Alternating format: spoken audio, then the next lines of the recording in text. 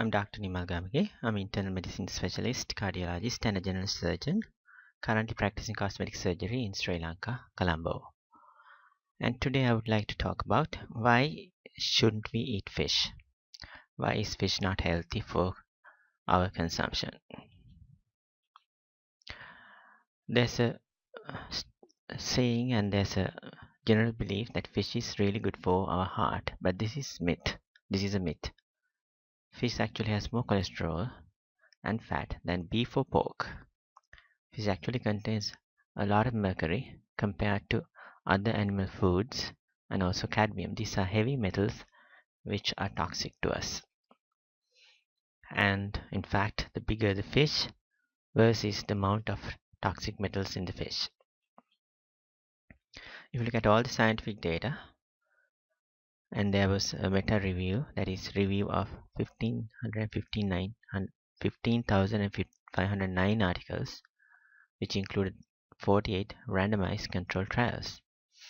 And this included 36,000 odd participants who take fish oil or who ate fish compared to people who didn't.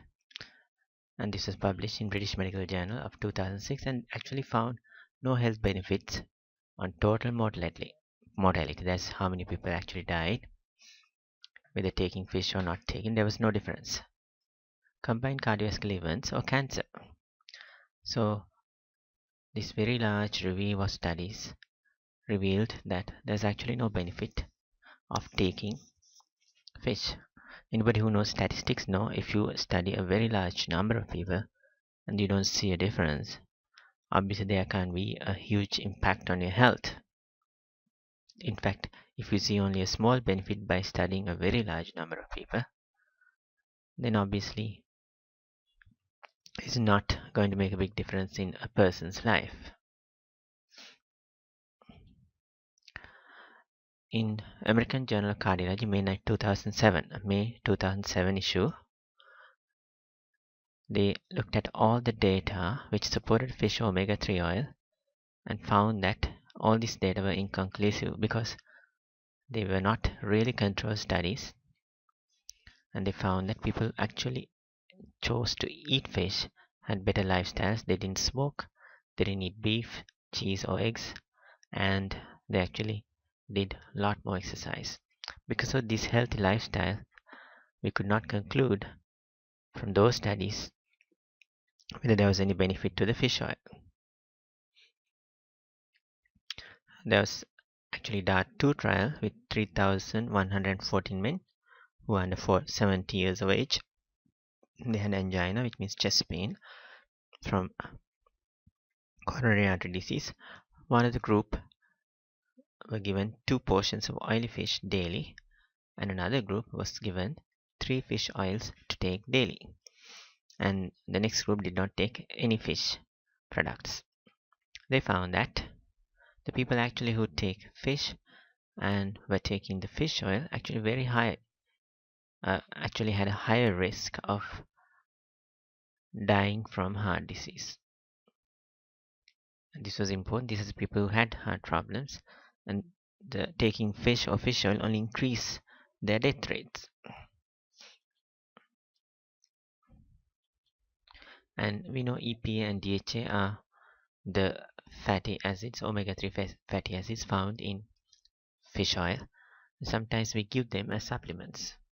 They found in this study, which is called Omega study, of 3,827 patients, that if you give these supplements within 3 to 14 days after a heart attack, it did not make any difference in sudden cardiac death, overall death, repeat heart attacks, strokes or heart arrhythmia, or even for the need for heart surgery.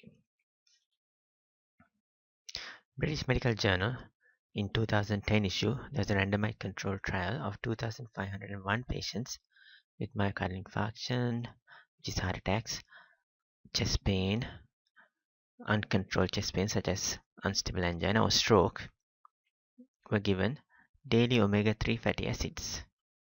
But there was no reduction in cardiovascular system disease even after 5 years of treatment. And it is said that fish oil is really good for heart arrhythmias. And December 2010 issue, there was a Journal of American Medical Association with 663 patients with very high risk of atrial fibrillation. These are the people who had enlarged hearts where the left atrium was higher than 3.5 centimeters. So they were at high risk of atrial fibrillation, which is a cardiac arrhythmia, or we call it irregular heart disease.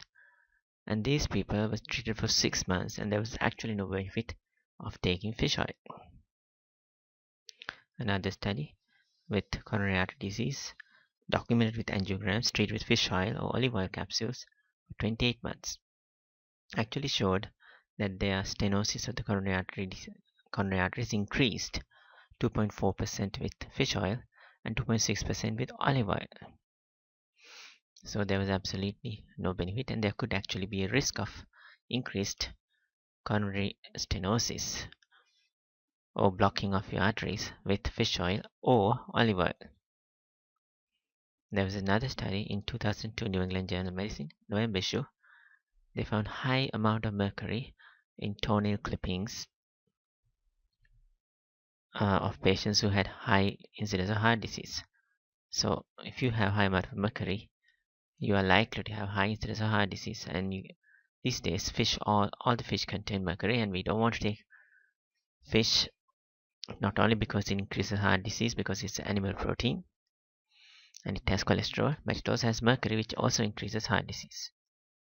Another study, atherosclerosis thrombovascular biology, in 2005 June issue, found that high content of mercury in hair was a risk factor for acute coronary events. That means heart disease, heart attacks, cardiovascular disease, coronary heart disease, and all-cause mortality. And this is done in middle-aged Eastern Finnish men. So if you really want to know the facts about how much cholesterol in fish, because a lot of people don't think that there's cholesterol in fish. And when you talk about cholesterol, it's important to know that if your cholesterol level is actually less than 150, you will never get a heart attack. And that's from the Framingham study, one of the largest studies of people looking for risk factors for heart disease. So if you have bass, cod, or mackerel, these fish contain 60, 53, and 51 milligrams of cholesterol per 100 calories. If you look at pork and beef had less cholesterol than all these three kind of fish. Only egg has more, which is 272, and the crab also has high amount of cholesterol. So crab, prawns, and all these crustaceans also have a high amount of cholesterol. On the other hand, coconut oil has absolutely zero cholesterol, and plant foods have zero cholesterol.